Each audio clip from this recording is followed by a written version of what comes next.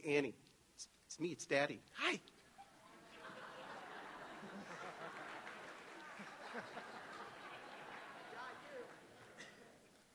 You guys look great today. Don't they look great? Don't they look great? Congratulations on your gene pools. I used that line 4 years ago. I think it was funnier back then. On our recent trip to the Great Smoky Mountains, Mr. Murphy and I were so pleased to host a group of young men who displayed such great humor, positivity, and enthusiasm despite wet and chilly conditions. One dark and misty night, I ventured up to the tent occupied by Cole Smith, Nick Baird, and Jackson Willis. Having named all of our tents, we referred to this one as the Willis Lecture Tent.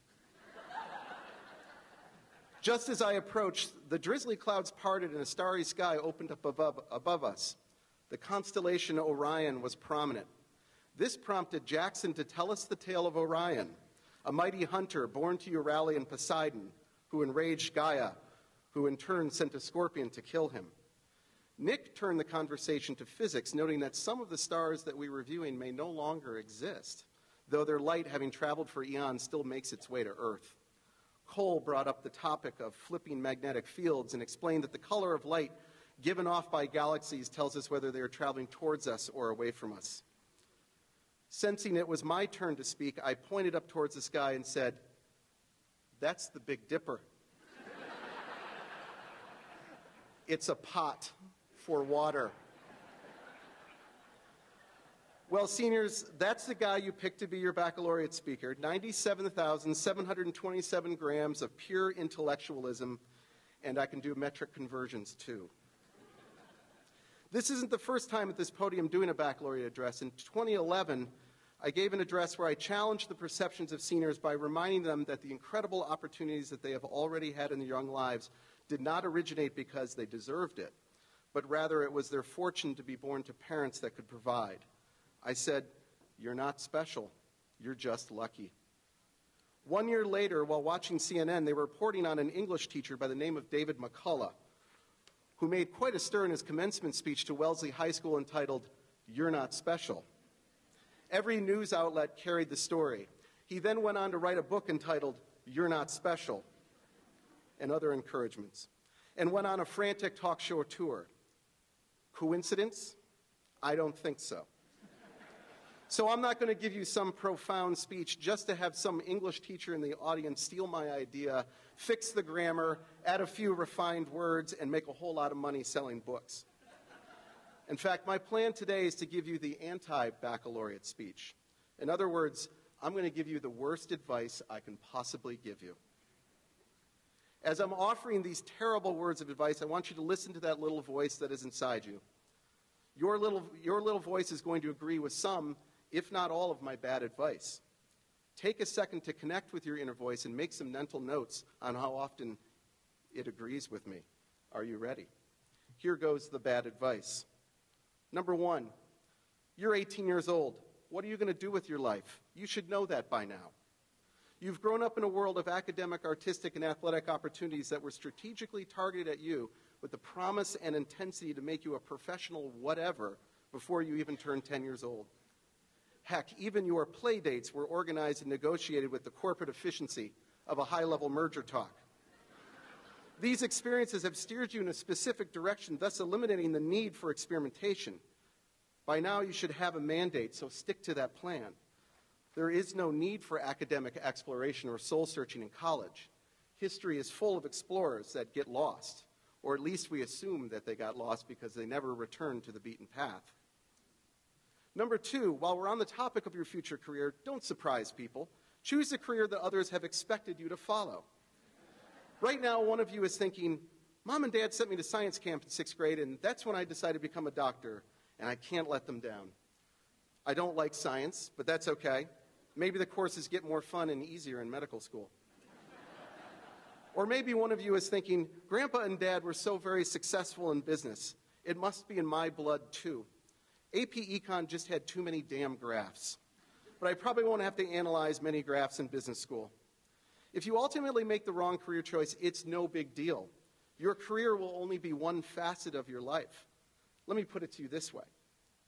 Choosing the wrong career would be like sitting through an 8 to 10 hour version of your least favorite high school class every day for the next 40 or 50 years.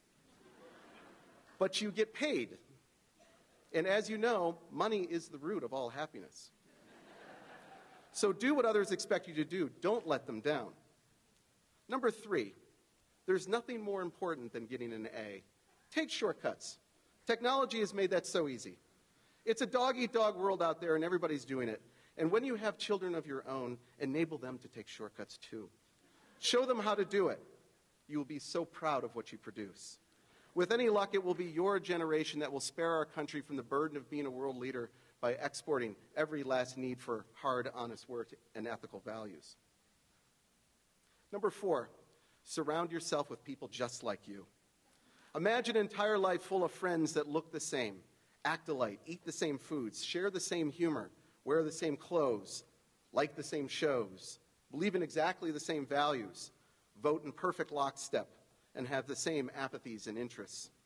These friends won't challenge you or inspire you to do anything that would make you question your greatness.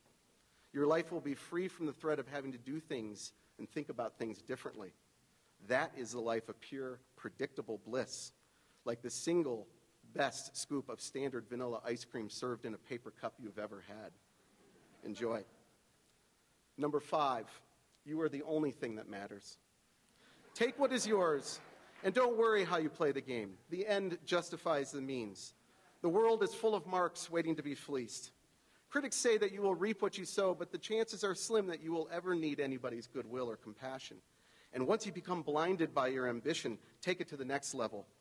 If you have a personal belief, force it on others, even if you have to resort to threatening tactics. History is full of ambitious leaders that through their own insecurities, self-righteousness, and quest for power were able to create their own worlds of right and wrong. That is, until some haters brought them down.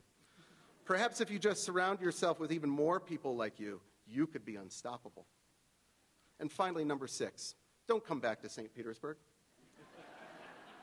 Never mind that today's technology means you don't have to live in New York City to be a financial advisor, or that this region offers a wide diversity of career choices beyond picking oranges. Who needs a culturally diverse city, a relatively reasonable cost of living, great restaurants, shops, art museums, professional sports teams, great schools, beautiful beaches, warm temperatures, and an average of 246 days of sun per year? You could live in Boston and fight with your neighbors over where to put snow, and spend 1 hour in gridlock traffic just to do an everyday errand, only to be cornered in a packy by an old man that wants to tell you about every storm that's come through the area in the last 40 years.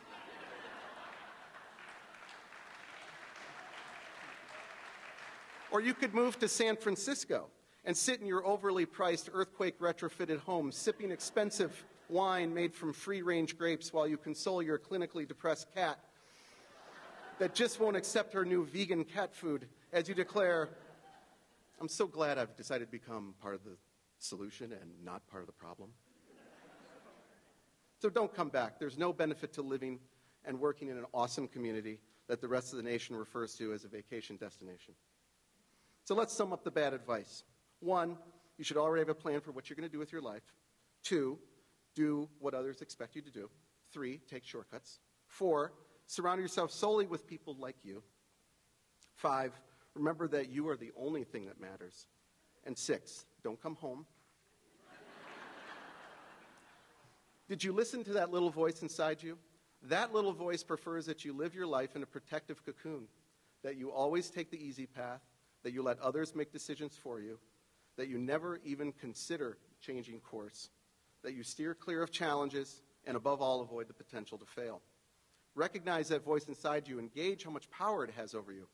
The truth is that voice plays an essential role. It's your fight or flight response that has served our species well by protecting us from extinction. It's the voice that tells you not to get in that car or not to take the shortcut through the dark alley. It reminds you that if something sounds too good to be true, it probably isn't true. It weighs in on your decision-making process by laying out what does it risk. But it is a primitive voice that we share with even the simplest of animals. It's a reflex to stimuli, not a sophisticated voice of judgment or reasonable risk-taking. You need to listen to that voice in the face of danger, but don't let it bully you into an unhappy, uninspiring, unfulfilled, unethical vanilla ice cream life. I have one last task for you. 4 years ago, when I was at this podium giving a baccalaureate address, I thanked my parents for all the sacrifices they made for me. What I didn't know at the time was that in one short year, on Mother's Day in 2012, my mom would pass away. I thank God that my father, brother, sister, and I were there with her when she took her last breath. Even as a 45-year-old man, I can still feel her warm embrace. I can vividly recall our legendary arguments when I was in high school. I can hear her voice when Annie sings. And I love the fact that all three of her children have her sense of humor coursing through our veins. I'm so glad she knew how much we loved her and how appreciative we were of her the sacrifices she made. I don't know if you guys are aware of this, but you have been very self-centered in recent weeks. Seniors are like the bridezillas of teenagers.